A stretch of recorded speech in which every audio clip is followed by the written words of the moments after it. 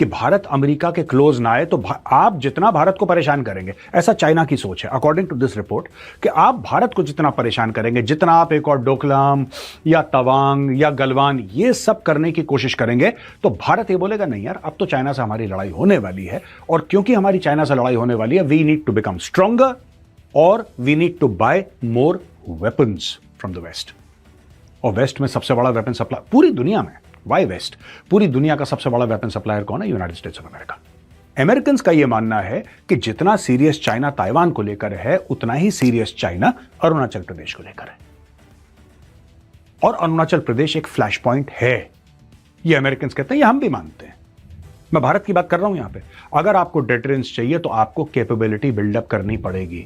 दोस्तों, एक रिपोर्ट आई है और उस रिपोर्ट ने बीजिंग में हलचल मचा के रख दी। रिपोर्ट है क्या दोस्तों? ये रिपोर्ट है annual report to Congress military and security developments involving the People's Republic of China 2025। मैं फिर से एक बार रिपीट करता हूं, एनुअल रिपोर्ट टू कांग्रेस, ये यूएस कांग्रेस की बात कर रहे हैं। Annual report to Congress military and security developments involving the People's Republic of China 2025। अच्छा जी, there will be a war between India and China.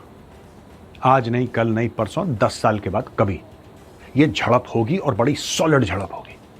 Himalaya में तो होगी, लेकिन समुद्रों में भी होगी। ये झड़प होनी है, इस बात को आप नोट कर लीजिए, होना है, पहली चीज। अच्छा, दूसरी बात यह है कि उनका यह कहना है कि underlines that Arunachal remains a major flash point with Beijing continuing to label the Indian state as core interest by placing Arunachal Pradesh in the same non-negotiable category as Taiwan। America का यह मानना है कि जिस तरीके से चाइना ताइवान को लेके उसके हर समय कान खड़े रहते हैं कि ताइवान ताइवान ताइवान, उसी प्रकार से अरुणाचल को लेके भी वो उतना ही सीरियस है। और दोस्तों, ये बात काफी हद तक सच है जो अमेरिकन ने बोली है।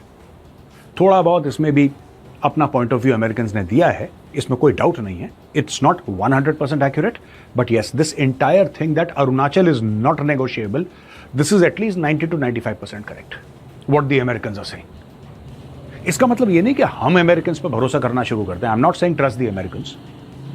All I am trying to say is that China को, देखिए, चाइना लॉन्ग टर्म सोचता है, अमेरिका शॉर्ट टर्म सोचता है। अमेरिका सोचता है कि आज का पूरा हो जाए और कल का इंतजाम हो जाए, बाकी हम देख लेंगे। चाइना कहता है यार 20-25 साल की बात करो। ये दोनों में एक बहुत कोर फर्क है, थिंकिंग में, हिस्ट्री में, साइकोलॉजी में, उनके माइंडसेट में। अमेरिकन्स का यह मानना है कि जितना सीरियस चाइना ताइवान को लेकर है, उतना ही सीरियस चाइना अरुणाचल प्रदेश को लेकर है, और अरुणाचल प्रदेश एक फ्लैश पॉइंट है, ये अमेरिकन्स कहते हैं, ये हम भी मानते हैं। कल अगर भारत के प्रधानमंत्री अरुणाचल प्रदेश चले गए, मैं आपको बता रहा हूं, मोदी जी कल अगर अरुणाचल प्रदेश चले गए, वहां पे चाइना से चिट्ठी आ जाएगी कि साहब ये तो हमारा इलाका है, भारत के प्रधानमंत्री बिना पर। वो ऐसा करते हैं। This is exactly what Chinese do, and this is what they are doing, and this is exactly what this US report to their Congress says. इसके अलावा कहते हैं कि great rejuvenation plan by 2049, China aims to operate a higher global and field world class military capable of fight and win operations. यानी कि 2049, जब से modern China गठित हुआ, आज़ादी मिली, माओ से तुंग, ये पुराना एक इतिहास है चाइना का। तो नेक्स्ट 100 ईयर्स में चाइना ये कहता है कि साहब we must have a military, according to US, China ये कहता है कि we must have a military which can fight and win. आज की तारीख में दुनिया की सबसे बड़ी नेवी किसके पास है? चाइना के पास, अमेरिका के पास नहीं है। हाँ, डिस्प्लेसमेंट के हिसाब से या ऑपरेशनल कैपेबिलिटी और स्टैमिना के हिसाब से, अब एट सी आप कितना रह सकते हैं। When I talk about stamina, I am using a very loose word to explain to you, because I understand that the audience is largely non military. तो ये यूएस का है, लेकिन चाइना बहुत जल्दी पिकअप कर रहा है। चाइना इसके पीछे पड़ा हुआ, और चाइना कहता है कि by 2049 we must have a military strong enough to fight a war with the United States of America and win that war. ठीक है, तो दोस्तों, ये बात मैं कहता चला आया हूं आपसे कि अगर आपको डेटरेंस चाहिए, मैं भारत की बात कर रहा हूं यहां पे, अगर आपको डेटरेंस चाहिए तो आपको कैपेबिलिटी बिल्डअप करनी पड़ेगी। ये जो हम लोग बिट्स एंड पीसेस में, I don't want to sound overtly critical of the system, but I just want to give my feedback. मुझे ऐसा लगता है as a student of geopolitics, मैं एक साधारण सा एक छात्र हूं जियोपॉलिटिक्स का, सामरिक विषयों का, और मैं एक बात बोलना चाहता हूं कि अगर आप पीस मील अप्रोच अपनी रखेंगे कि 2 स्क्वाड्रन आज ले ली और 3 स्क्वाड्रन कल ले ली, ये किसी की भलाई में नहीं है। ये प्रॉब्लम रहेगी आपके जीवन भर। फिर और चाइना जो है वो एग्रेसिव पोस्चर क्यों लेता है? क्योंकि कहीं ना कहीं चाइना की अंडरस्टैंडिंग है कि यार भारत के पास उतने वेपन्स नहीं है या भारत मिलिटरीली उतना स्ट्रांग नहीं है जितना चाइना को लगता है कि उसका होना चाहिए कि चाइना भारत से पंगे न ले। अगर चाइना को यह लगता कि ठीक है भारत के एयरबेसेस हैं, पूरा वहां पे सब कुछ तैयार है, ये भी है और भारत बिल्कुल अट्यून्ड है कि अगर तुमने कोशिश करी तो हम तुम्हें ठोक देंगे, चाइना ये गलवान वाली बेवकूफ़ी कभी नहीं करता। और ये जो हमारे पाप हैं दोस्तों, ये हमारे पाप 78 साल पुराने हैं। ये लगातार चलता चला आया है। और मैं सरकार से ये बोलूँगा कि देखिए, जहाँ तक हमारी बात है स्क्वाड्रंस की, ये 42 स्क्वाड्रंस का जो मामला है इंडियन एयरफोर्स का, इस नंबर 42 का क्या लॉजिक है, आई डोंट नो, मुझे नहीं पता। समबडी कैन एजुकेट मी। मुझे आज तक इसका लॉजिक पता नहीं लगा। मैंने बहुत ढूंढने की कोशिश करी कि भाई इसका लॉजिक क्या है, what is the logic of 42। क्या हमें आज की तारीख में भी, there should be an open conversation about this, आज की तारीख में हमें चाहिए कितनी यार?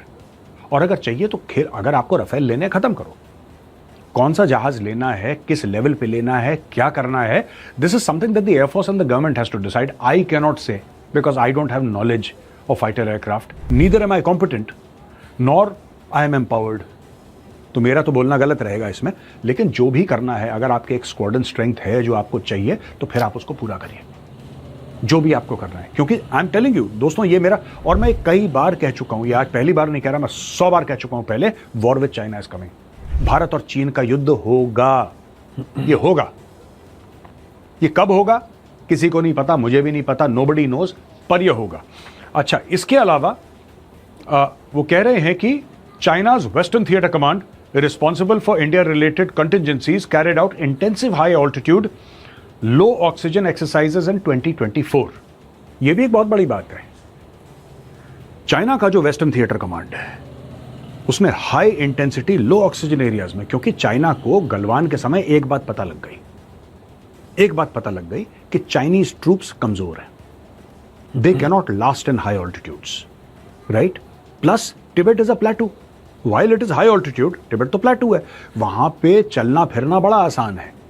माना कि चाइना ने बोला कि चलो हम भारत के अंदर घुसते हैं, और लगातार तैयारी कर रहा है, और हर साल चाइना तैयारी कर रहा है। क्यों आप ऐसी तैयारी क्यों कर? देखिए, नॉर्मली लोग जाते हैं, अपनी पोजीशंस पकड़ते हैं, ऐसा करते हैं, वैसा करते हैं, एक्सरसाइजेस होती हैं, you decide, I understand, we also do it, everybody does it, you are suppose to do it, that is part of your profession.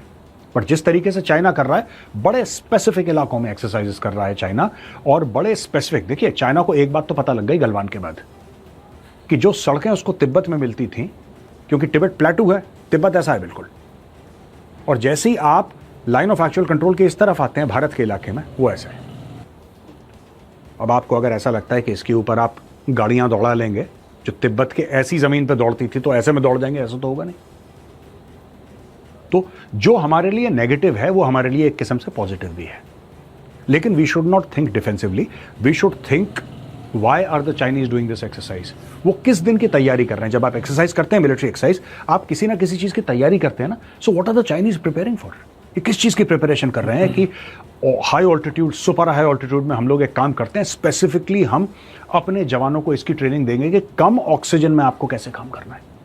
जब आपकी ऑक्सीजन बड़ी कम है, फिर आपको कैसे काम करना है कम ऑक्सीजन के इलाकों में, आपको कैसे फाइट करना है। और ये यहां से आता है दोस्तों कि जब गलवान में ये भिड़े थे इंडियन आर्मी से, दे सडनली रियलाइज्ड कि इंडियन आर्मी तो वहां पे पता नहीं कितने सालों से बैठी है उन इलाकों में। और देखिए, मैं एक खास वक्त के लिए फौज में रहा, लेकिन मैंने भी हाई एल्टीट्यूड देखा है। मैं भी रहा था हाई एल्टीट्यूड में, लाइन ऑफ एक्चुअल कंट्रोल के बिल्कुल साथ में। I was very close to the line of actual control, where my company post was there. I was on the line of actual control. तो हम सबको आदत है, हम सब लोग देख चुके हैं। उनकी आदत नहीं है, उनकी फौज पीछे रहती थी, अब अपनी फौजों को आगे लाके वो उसी माहौल के, उसी इलाके, उसी ऑक्सीजन लेवल की तैयारियां करवा रहे हैं।